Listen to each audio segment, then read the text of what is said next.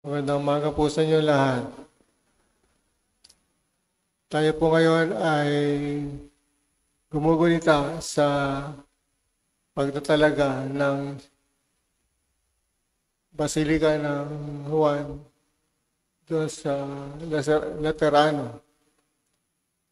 Ang simbahan ng tinutukoy dito, ang Basilika ng Laterano ay isang pinakamatandang simbahan at pinakamataas na kung tutusin, pinakamataas na basilika sa buong mundo, na kung ang isang diocese ay mayroong katedral na tinitira ng isang obispo, bali ang lumilitaw sa Roma.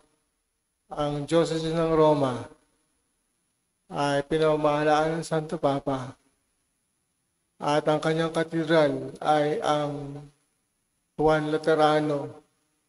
Ang basilikang ito ang nagsisilbing diocese at katedral ng Papa sa Roma. Kaya doon bumubukal ang kanyang mga pamumuno, ang kanyang mga pangangaral at ang kanyang pagiging obispo ng Roma. Mga kapatid, kung titinan po natin sa unang pagbasa, sinasabi po sa aklat ni Ezekiel na dumadaloy ang tubig mula sa isang malawak na kabundukan. At sa gitna ng templo ay bumubukal ang tubig na nagbibigay ng buhay para sa mga halaman, para sa mga hayop at mga isda. Kung kaya yung tubig na nanggagaling sa templo, ayon kay Propeta Ezekiel, ay bumubuhay sa mga nabubuhay sa paligid ng templo.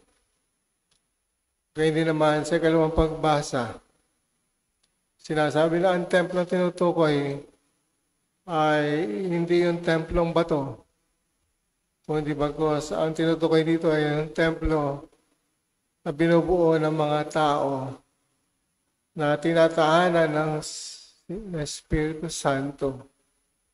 Kung kaya't ang bawat isang tao na nabubuhay ay dapat mag-ingat sa kanyang katawan. Kung ito ay templo ng Espiritu Santo na tinatahanan ng Diyos pamagitan ng Espiritu Santo. Okay? Kaya dapat natin pangalagaan ang ating katawan bilang templo ng Espiritu Santo. At ipinapakita po sa atin sa Ebanghelyo ang kahalagaan ng pangangalaga sa simbahan o sa templo na binubuo ng istruktura ng mga simbahan na nakikita natin sa panahon natin ngayon. Sinasabi na kung ang simbahan ay templo ng Diyos, tahanan ng Diyos Ama, ay dapat itong pangalagaan. Panatiling malinis, panatiling maayos, panatiling solemne at sagrado ang bawat parte ng simbahan. Kung kaya sa mga simbahan po tulad ng simbahan natin dito sa San Pascual ay makakita tayo ng mga kandila na sinisindihan sa bawat paligid ng ating simbahan upang ito ay maging tanda na ito ay tinalaga para sa Diyos. At ang templo na sinasabi ng ating Panginoon na itinatalaga para sa Diyos ay dapat maging maayos. At ganyan din naman, bilang katawang mistiko ng ating Panginoon, tayong lahat ay hindi lamang bumubuo ng isang simbahan, kundi bagos tayo lahat ay bumubuo ng katawang mistiko ng ating Panginoon.